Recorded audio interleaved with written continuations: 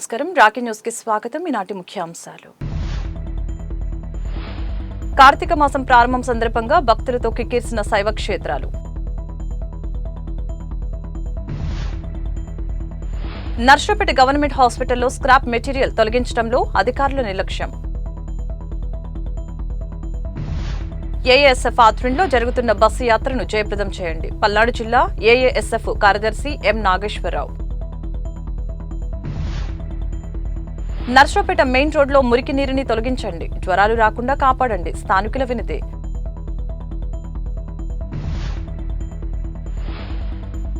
నర్సింగ్పాడు దేవాలయంలో సీల్ వేసిన హుండీలను తెరిచిన కమిటీ చైర్మన్ తదితరులు.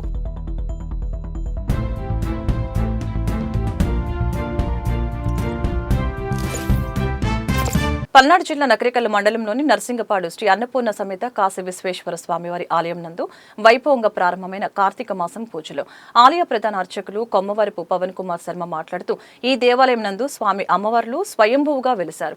అందుకే ఈ క్షేత్రానికి అంత ప్రాధాన్యత కలిగిందని తెలిపారు. ఈ మాసం మొత్తం స్వామివారికి ప్రతిరోజు విశేషంగా పూజలు, అభిషేకాలు, హోమాలతో పాటు అమ్మవారికి కుంకుమ పూజలు జరుగుతాయని తెలిపారు. ఈ కార్తీక మాసంలో దేవాలయాన్ని సందర్శించి స్వామి అమ్మవార్ల కృపకు పాత్రులు కావాల్సిందిగా కోరారు.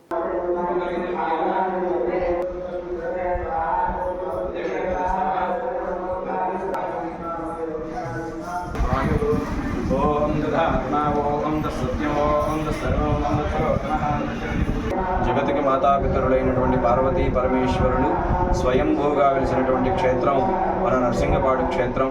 మన దేవాలయంలో కార్తీక మాసాన్ని పురస్కరించుకొని ప్రతిరోజు కూడా మహాన్యాసపూర్వక ఏకాదశ రుద్రవారాభిషేకం, అలాగే ఏకాదశావృత్తి రుద్రహోమ కార్యక్రమాలు, అలాగే లలితా సహస్రనామ కుంకుమార్చన కార్యక్రమాలు అత్యంత వైభవంగా ఈ రోజు నుంచి ప్రారంభించబడినాయి.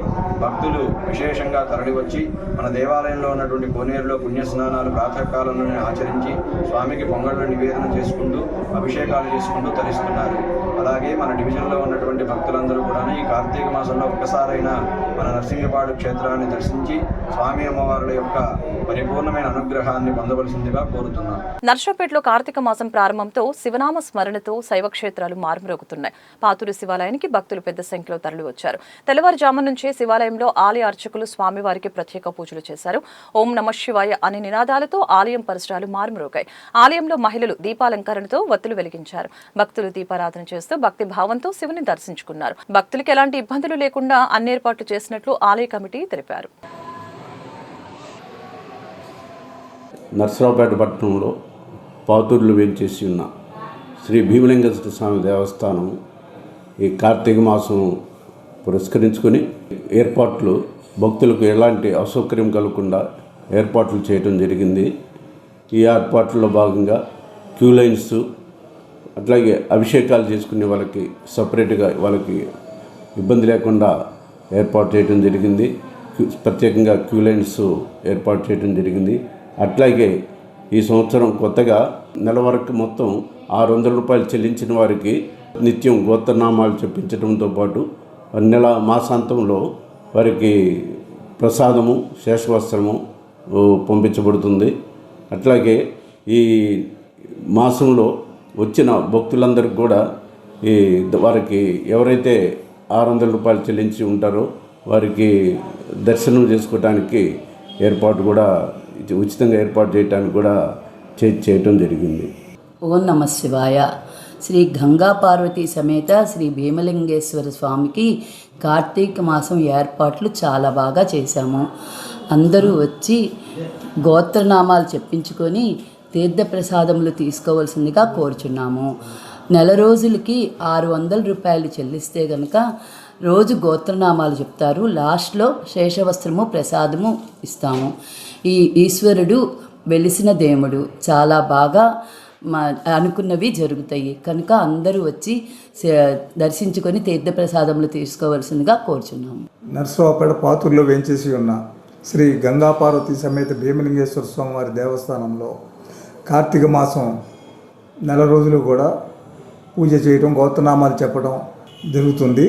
ఆ గోత్రనామాలు చెప్పించుకున్నందుకు గాను 600 రూపాయలు చెల్లించవలను. నెల రోజులు కూడా గోత్రనామాలు చెప్తారు. చివర నెల రోజులు పూర్తయిన తర్వాత వారికి శేషవస్త్రము, ప్రసాదము ఇవ్వబడుతుంది. కావున తప్పకుండా కూడా అందరూ చెల్లించి గోత్రనామాలు చెప్పించుకోవాల్సిందిగా కోరుచున్నాము. తర్వాత ఇక్కడ దేవాలయంలో చక్కగా ఈవో రఘునాథ్ రెడ్డి గారు చక్కగా ఏర్పాటు చేశారు.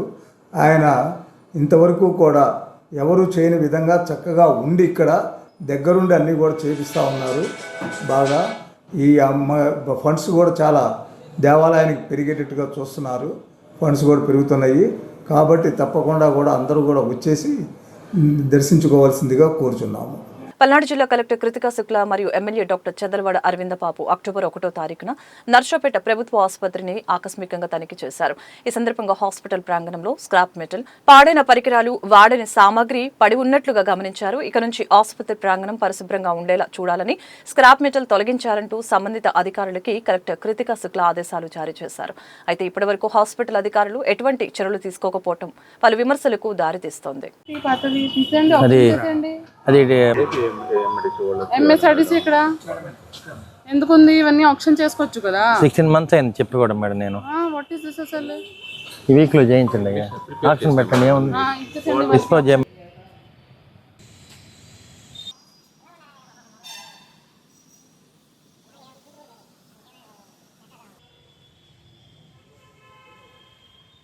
రాష్ట్ర వ్యాప్తంగా విద్యార్థుల సమస్యల్ని పరిష్కరించాలని ఏఏఎస్ఎఫ్ ఆధ్వర్యంలో ఇచ్చాపురం నుంచి హిందూపురం వరకు నిర్వహిస్తున్న బస్సు యాత్రలో వేలాదిగా విద్యార్థులు పాల్గొని జయప్రదం చేయాలని పల్నాడు జిల్లా ఏఏఎస్ఎఫ్ కార్యదర్శి ఎం నాగేశ్వరరావు పిలుపునిచ్చారు. నర్సరావుపేట సిపిఐ కార్యాలయంలో బస్సు యాత్రకు సంబంధించిన గోడ ప్రతుల్ని ఏఏఎస్ఎఫ్ నాయకులు బుధవారం ఆవిష్కరించారు.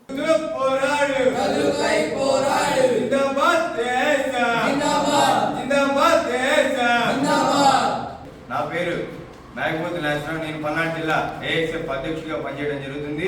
22 నుంచి జరగబోయే ఏఎస్ఎఫ్ స్టేట్ వైడ్ గా బస్సు యాత్రని ప్రతి ఒక్క విద్యార్థి, ప్రతి ఒక్క ఇంటర్మీడియట్ చదువుతున్న, బీటెక్ చదువుతున్న, డిగ్రీ చదువుతున్న విద్యార్థులందరూ కూడా 1వ తారీఖున మన పల్నాడు జిల్లాలోకి ఎంటర్ అయ్యే రోజున మనం అందరం కూడా ఏఎస్ఎఫ్ బస్సు యాత్రని కూడా అందరం కూడా జయప్రదం చేయాలని చెప్పి మా పల్నాడు జిల్లా ఏఎస్ఎఫ్ టీం మొత్తం కూడా తెలియజేయడం జరుగుతుంది.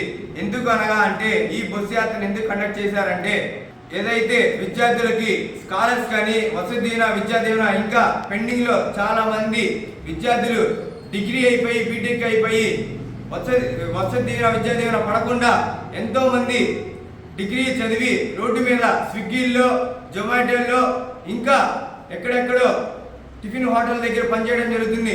నర్సరావుపేట మెయిన్ రోడ్లో గల గడియార స్తంభం లింక్ రోడ్డు సందులో రోడ్డుపైకి వచ్చిన మురికి నీరుతో స్థానికులు ఇబ్బందులు పడుతున్నట్లుగా రాకీ మీడియాకు తెలిపారు. పక్కనే ఉన్న మసీదులోని వేస్ట్ వాటర్ రోడ్డుపైకి రావటం వలన వర్షం పడినప్పుడు కాల్వలు బ్లాక్ కావడంతో పాదచారులకు, అటు వాహనదారులతో పాటు స్కూల్కి వెళ్లే విద్యార్థులు ఇబ్బందులకి గురవుతున్నారని స్థానికులు తెలిపారు. మురికి నీరు రోడ్డుపై ఉండటం వలన జ్వరాలు వచ్చే అవకాశం ఉన్నందున మున్సిపల్ అధికారులు స్పందించి శాశ్వత పరిష్కారం చూపాలని స్థానికులు కోరుతున్నారు.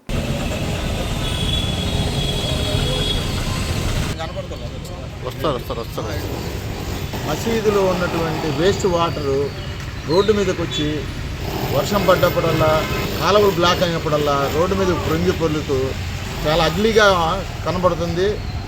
నడవాలంటే చాలా రోత అనిపిస్తుంది. ఈ బురదలోంచి మేము పడలేకపోతున్నాము. దోమల బెడద కూడా ఎక్కువగా ఉంది. ఈ చిన్నపిల్లలకి అంటురోగాలు కూడా వచ్చే అవకాశం ఉంది.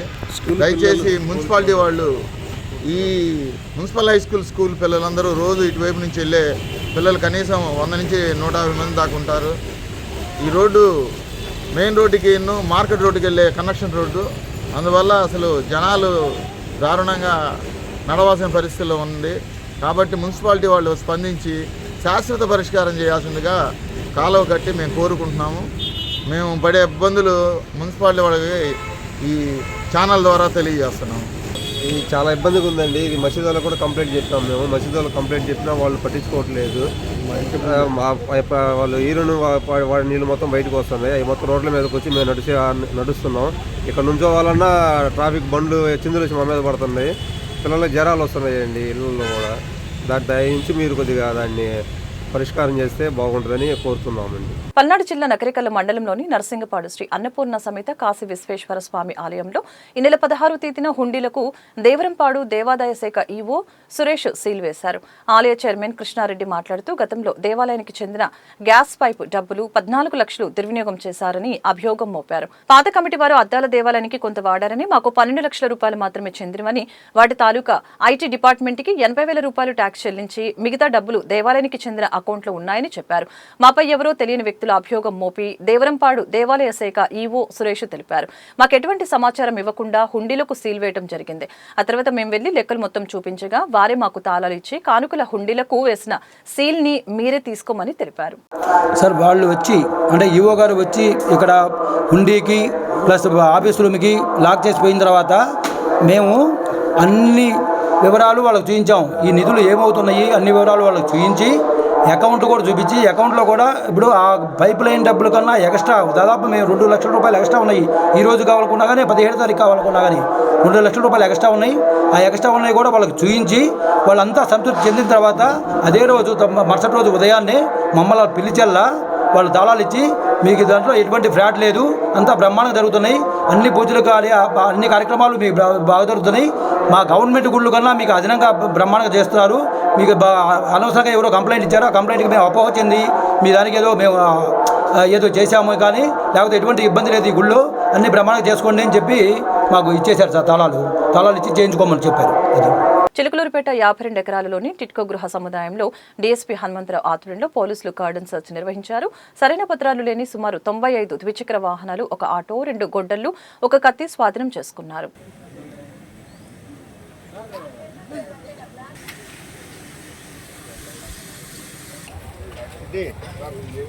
రొంపిచెల్ల మండలం ఆరేపల్లిలో మూడమాసు బ్రహ్మయ్య అనుమానాస్పద స్థితిలో మృతి చెందారు. మృతుని భార్య గ్రామంలో మరొకరితో అక్రమ సంబంధం పెట్టుకుందని బంధువులు ఆరోపిస్తూ ఇది ఆత్మహత్య కాదని మృతుని భార్య వారి బంధువులే హత్య చేశారని మృతుని తల్లి, చెల్లి ఆరోపించారు. పోలీసులు మృతుని తల్లి ఫిర్యాదు మేరకు కేసు కట్టి విచారణ చేపట్టారు.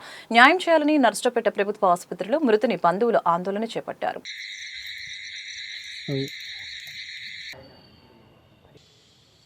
నమస్కారాలండి. నేను బ్రహ్మయ్య చెల్లెల్ని. చనిపోయిన వ్యక్తి మా అన్నయ్య.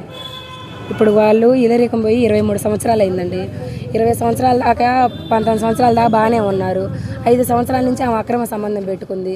ముప్పాలకి నీటి అబ్బాయితోటి పెట్టుకున్న కానించి మా అన్నయ్య పంచాయతీల ప్రకారంగా పెద్ద మనుషుల ప్రకారంగా అన్నీ పెట్టాడు. కానీ ఆమె మాట వినలేదు. మాట వినకపోగా చంపాలని ట్రై చేశారు. వీడు నన్ను ఎంతకీ వదిలిపెట్టి వెళ్ళిపోవట్లేదు, వీడిని చంపితే కానీ పోడని చెప్పి అడ్డం తప్పించుకోవాలని చూసింది. ఆ విషయం మా అన్నయ్యకి తెలిసి తల్లి దగ్గరకు వచ్చి ఉంటున్నాడు. తల్లి దగ్గరికి వచ్చి ఉంటుంటే ఆమె మీద కేసు పెట్టాలని పెట్టాడు కూడా. ఆ కేసులు కూడా పని కాలేదు. రొంపిచెర్లో పెడితే చెల్లకపోగా స్పందన కింద ఎస్పీ దగ్గరికి వెళ్ళాము. ఎస్పీ దగ్గరికి వెళ్తే సీఏ గారి దగ్గరకు పంపించారు. సీఏ గారి నుంచి ఎస్ఐ గారి దగ్గరకు పంపించారు. ఎవరికి అడిగిపోయినా కానీ ప్రాణహాని ఉన్నదనే చెప్పాడు. మొదటి నుంచి కూడా ప్రాణహాని ఉందని చెప్పినా కానీ ఎవరు పట్టించుకోలేదు. అయ్యా ప్రాణాలు కాపాడాలంటే ఎవరు ఏం చేయలేరు అయ్యా, మీరు కోర్టుకు పోయి వేసుకోండి, మేమేం చేయలేము, భార్యాభర్తలు విడగొట్టలేము కదా అని అన్నారు. కనీసం బైండర్ అయినా చేయాలి కదండి. బైండర్ కూడా చేయలేదు. చెయ్యపంగా అన్ని చాట్ల తిరిగినా కానీ ఎక్కడికెక్కడికి వాళ్ళు లంచాలు ఇచ్చారు. లంచాలు ఇచ్చిన వాళ్ళు మేమే డబ్బు ఆధారం లేని వాళ్ళు మేము ఎంతవరకు ఇస్తామండి. వాళ్ళు పోతే గట్టిగా అరిచి పంపిస్తున్నారు. పోలీసులు గట్టిగా అరిచి పంపిస్తున్నారు. ఏందయ్యా నువ్వు 14 స్టేషన్లు చుట్టూ తిరిగేది అని చెప్పి గట్టి బెదిరించి పంపించారు. నాకు ఎంతకీ న్యాయం జరిగేదని చెప్పి మానసికంగా కుంగిపోయాడు. నిద్రాగారం లేదు ఆయనకి. లేకపోయేసరికి తర్వాత పిల్లలు కూడా ఫస్ట్ పలకలేదండి. తర్వాత ఇప్పుడు పలికారు ఈ మధ్య పిల్లలు కూడా పలుకుతుంటే ఇంకా పిల్లల వైపు మీద మళ్ళింది. నా పిల్లల్ని ఏం చేస్తారని చెప్పి మళ్ళీ ఆయన ఆ రకంగా భయపడ్డాడు. పిల్లలతో బాగానే జాగ్రత్తగా మాట్లాడుతున్నాడు. పిల్ల కాన్పు కూడా మా అన్నయ్య చేసింది. కాన్పు చేసిన తర్వాత 7వ రోజు నీళ్ళకని వెళ్ళాడు. వాళ్ళు ప్రేమ అభిమానంగా పిలిస్తే వాళ్ళకి ఏదో తగిన వస్తువు తీసుకెళ్ళాడు. సంతోషంగానే ఉన్నాడు. 5 దాకా కూడా తల్లితో బాగానే మాట్లాడాడు. అమ్మ నాకేం కాదమ్మా, నేను బాగానే ఉన్నాను, నేను వస్తాను తెల్లారి ఈ ఒక్కపూట కూతురు కాడు ఉండొస్తానని చెప్పాడు. అలాంటి వ్యక్తి నైటు 12 గంటలకి చనిపోయాడన్న వార్త మాకు మెసేజ్ పెట్టారండి. మాకు ఫోన్ కూడా చేయలేదు. ఫోన్ చేస్తే స్విచ్ ఆఫ్. మాకు వీడియోలు వచ్చినాయి. కొనుపితో ఉండి మాకు వీడియోలు పెట్టాడండి. నా చావు కారణము కీనీటి అబ్బన్న, చెన్నుపోయిన వెంకట్రావు, మా ఆడోళ్ళు సుజాత, గుర్రం శివ ఇలా 4 పేర్లు 8 మంది అంటండి మొత్తం అటాక్ చేసింది. వాళ్ళు బయట వాళ్ళు కాబట్టి వాళ్ళ పేర్లు తెలియక తెలిసిన పేర్ల వరకు చెప్పాడండి. అంతకన్నా ముందే సందకాడే బ్లాక్మెయిల్ చేశారంట, నువ్వు వెళ్తావా ఎలా ఈ ఊర్లో నుంచి అని. అది మాకు ఊర్లో తెలిసిన వాళ్ళు చెప్పారండి, మాకు తెలియదు వాళ్ళు ఎవరో కూడా. ఊర్లో ఎవరో మాకు ఇన్ఫర్మేషన్ ఇచ్చారు. అది బాగా ఒత్తుపోయాడండి. ఒత్తుపోయిన మనిషికి మేము అండగా ఉంటుంటే అండగా ఉన్న మనిషిని మంచితనంగా పిలిపించి ఆ రకంగా చేశారు. ఇవాళ మాకు ప్రాణాలకి నష్టపరిహారం ఏంది? ఇవాళ 3 రోజులైంది చనిపోయి, బాడీకి ఇంతవరకు ఏమీ లేదు, పోస్ట్ మార్టం లేదు. వాళ్ళు చంపిన వాళ్ళు ఇలా హాయిగా తిరుగుతున్నారు ఊర్లో. ఇవాళకి వాళ్ళని ఒక్కళ్ళు ఒక మాట అన్నోళ్ళు కాదు, ఇలా వద్దాలు జాగా తిరుగుతున్నారు. వాళ్ళు తెలిసిద్ది, వాళ్ళు వెళ్ళిపోతారు. ఈ బాడీని తీసుకుపోయి తగలబెట్టుకుంటాం మేము. మాకు తర్వాత న్యాయం ఏంది? మాకు బాడీ ఉండగానే మాకు న్యాయం చెయ్యాలా, వాళ్ళని తీసుకుపోయి జైల్లో వేయాలి, మాకు న్యాయం జరగాలి. ఆ తల్లి కడుపు కొత్త మీరే తీర్చాలండి. మా కొడుకు పేరు బెమ్మయ్య, మోడమడుసు బెమ్మయ్య. ఇల్లిటం పోయాడు. ఇల్లిటం పోయిన కాసి 20 సంవత్సరాల నుంచి బాగానే ఉంటున్నారు. 4 సంవత్సరాల నుంచి అక్కర సంబంధం పెట్టుకొని ఇంకా ఏది ఇస్తుంది అమ్మాయి. ఏది ఇస్తుంటే వాడు బెదిరించి నా కొడుకుని సావదింగారు సార్. చాలా తీసుకుపోయి సావదేశారు. ఏ స్టేషన్లో పోయినా మాకు న్యాయం అనేది జరగలేదు సార్. 4 నెలల నుంచి నా కొడుకుని పెట్టుకొని తిరుగుతున్న పోలీస్ స్టేషన్లకి ఎక్కడ న్యాయం జరగట్లే మాకు. అది మేమేం చేయాలో చెప్పండి సార్. నర్సరావుపేటలో అక్టోబర్ 19, 2025 జరిగిన పల్నాడు జిల్లా స్థాయి కరాటే బెల్ట్ టెస్ట్ పోటీలలో కేరిడ్జ్ ఇంటర్నేషనల్ స్కూల్ విద్యార్థులు అద్భుత ప్రతిభ కనపరిచారు. ఈ పోటీలలో మొత్తం 280 మంది పోటీదారుల మధ్య కేరిడ్జ్ విద్యార్థులు 20 బంగారు, 13 వెండి, 13 కాంస్య పథకాలను గెలుచుకుని ఓవరాల్ ఛాంపియన్షిప్ సాధించారు. ఈ పోటీలను Indian style chief Shri P Rambabu ఆధ్వర్యంలో RP dragon Shotokan karate association of India మరియు RP dragon Shotokan karate association of Andhra Pradesh సంఘ అధ్యక్షులు శ్రీ ఓ శివకృష్ణ ఆధ్వర్యంలో సంయుక్తంగా నిర్వహించారు. విద్యార్థుల్ని chairman Natani Venkateswarlu, director Shri Komatineni Narasaiah, principal G Barnabas, campus in charge Kota Bapuji విద్యార్థుల కృషి, శిక్షకుల నిబద్ధతను ప్రశంసించారు. మరియు కోచెస్ అయిన పి సునీతవానికి స్కూల్ చైర్మన్ శ్రీ నాతాని వెంకటేశ్వర్లు ధన్యవాదాలు తెలిపారు. వార్తలు ముగించే ముందు ముఖ్యాంశాలు మరొకసారి. కార్తీక మాసం ప్రారంభం సందర్భంగా భక్తులతో కిక్కిరిసిన శైవ క్షేత్రాలు. నర్సరావుపేట గవర్నమెంట్ హాస్పిటల్లో స్క్రాప్ మెటీరియల్ తొలగించడంలో అధికారుల నిర్లక్ష్యం. ఏఏఎస్ఎఫ్ ఆధ్వర్యంలో జరుగుతున్న బస్సు యాత్రను జయప్రదం చేయండి. పల్నాడు జిల్లా ఏఏఎస్ఎఫ్ కార్యదర్శి ఎం నాగేశ్వరరావు. నర్సరావుపేట మెయిన్ రోడ్లో మురికి నీరుని తొలగించండి, జ్వరాలు రాకుండా కాపాడండి, స్థానికుల వినతి.